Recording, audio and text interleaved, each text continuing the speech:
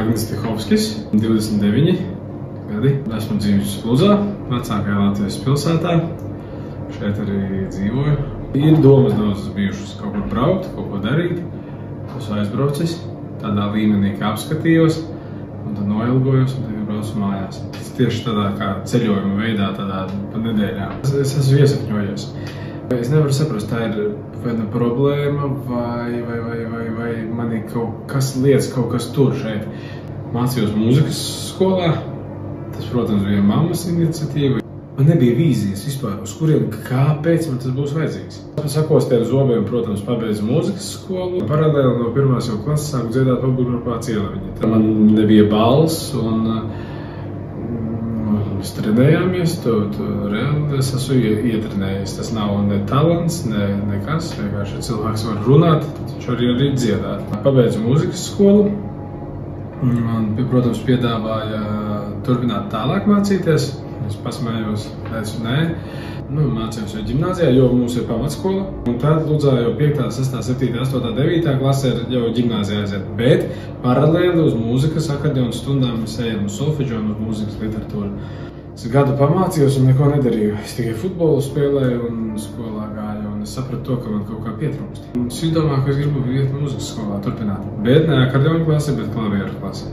Es, protams, pabeidzu valsts ģimnāziju, arī futbolu spēlēju. Ļoti daudz cilvēks iepazinu pavisam citus, kultūras pasākumi, sporta pasākumi, visas tās iesvētīšanas. No Ludzas aizbraucu uz Rēzekni, un tieši pilnīgi citu vidi iepazinu skolā, tieši mācībās. Mums pateica, tev ir iespēja pierādīt sevi. Es tiku Aizsardzības akadēmijā jūras spēkos un arī tiku budžetā Alberta koledžā. Es, protams, izvēlējos vieglāko Alberta koledžā. Es pamācījos kādu laiku. Un tādu paralēli mēs arī uzsākām dalību dziedošais ģimenēs.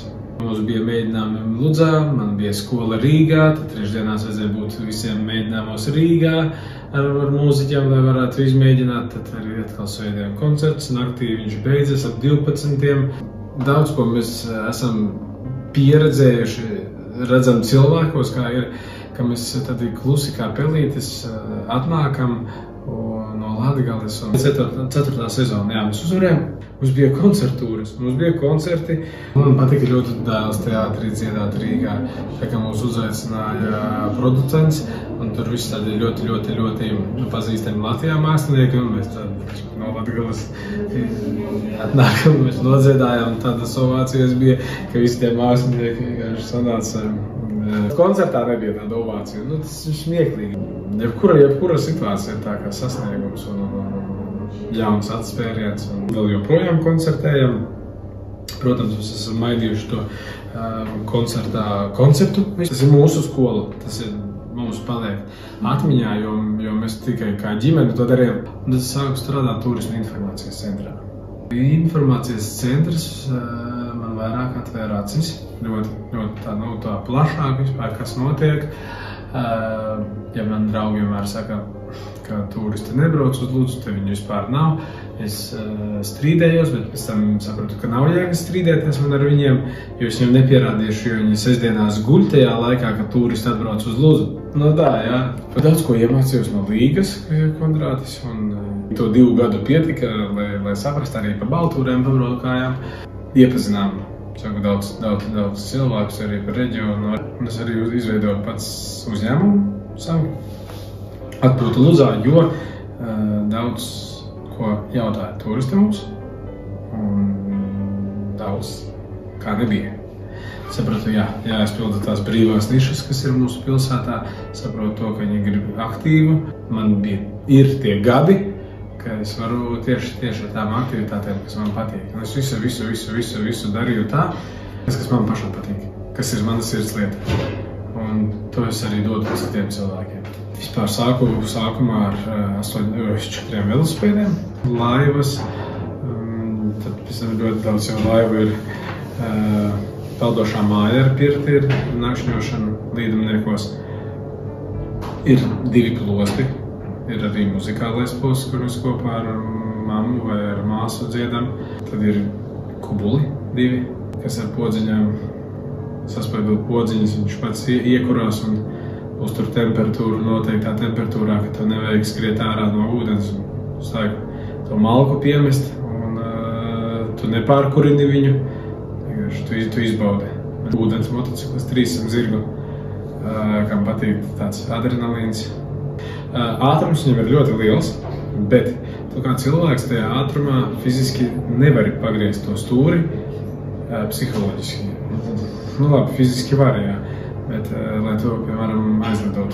Pārsvarā, kas krīt no močika, ir apgriezieni uz vietas, kur ir mazs ātrums. Vienkārši iekrīt ūdenī, visas drošības ir drošības vestes un viss kārtībā. To es visu skaidroju, tas viss ir pirms braukšanas. Tāpēc tās komplekts, protams, tie ir ezeri, jo jāizmanto iespēja, ko daba dod, vide, ko dod, jā, ka mums ir upes, ka mums ir ezeri.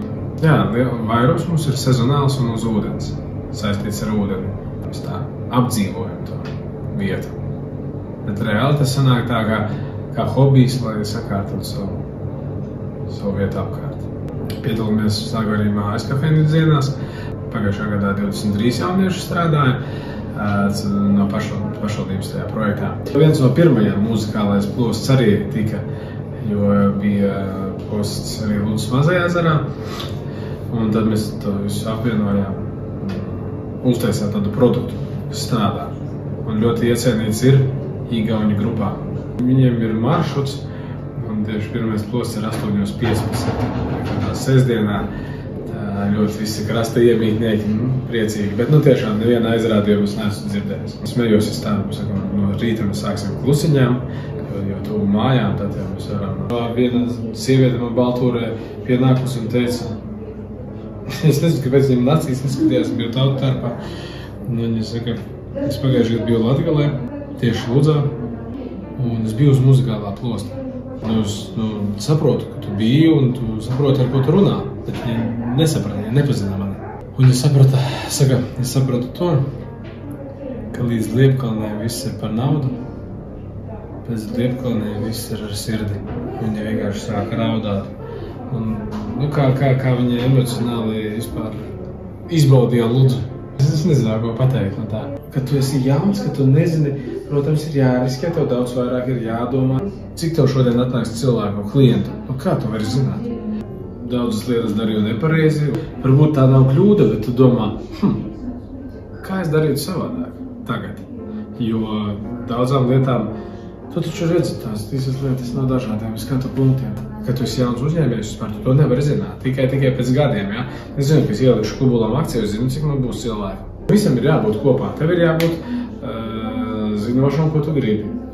Tev ir jābūt vīzija. Tāpat arī, piemēram, vizualizējot, kā es arī teicu, tev ir jāsaprot, vai tev strādās vai nē. Nav tā, ka es esmu spiests kaut ko darīt. Nav tā, ka es esmu speciāli mācīts, kā runāt, ko darīt. Es pats to esmu ieguvis. Man ir dažādi cilvēki bijuši. Es ņemu plusus, es ņemu mīnusus, analizēju pats un izvēlos, kas es gribu būt. Es sapratu, ka mans tāds kā uzdevums ir palīdzēt. Iztīrīt Ludzas ezerus, jo viņi ļoti aizauga. Sakārtot to vidi apkārt cilvēkiem un radīt arī darba vietas. Ir palaista tā doma kosmosā, kādu ražotni uztaisīt arī. Jo ir internets, mums ir visas iespējas, mums ir visi kurjeri, mums ir loģistika un viss iet. Nav pat tādas domas bijis, ka citreiz liekas, ka nevar. Man liekas, ka visu var. Tas ir tikai kā un cik grūti un cik viegli. Kad ir tas dzinulis pašam sevī, liekas, viss viegli vienkārši jādara.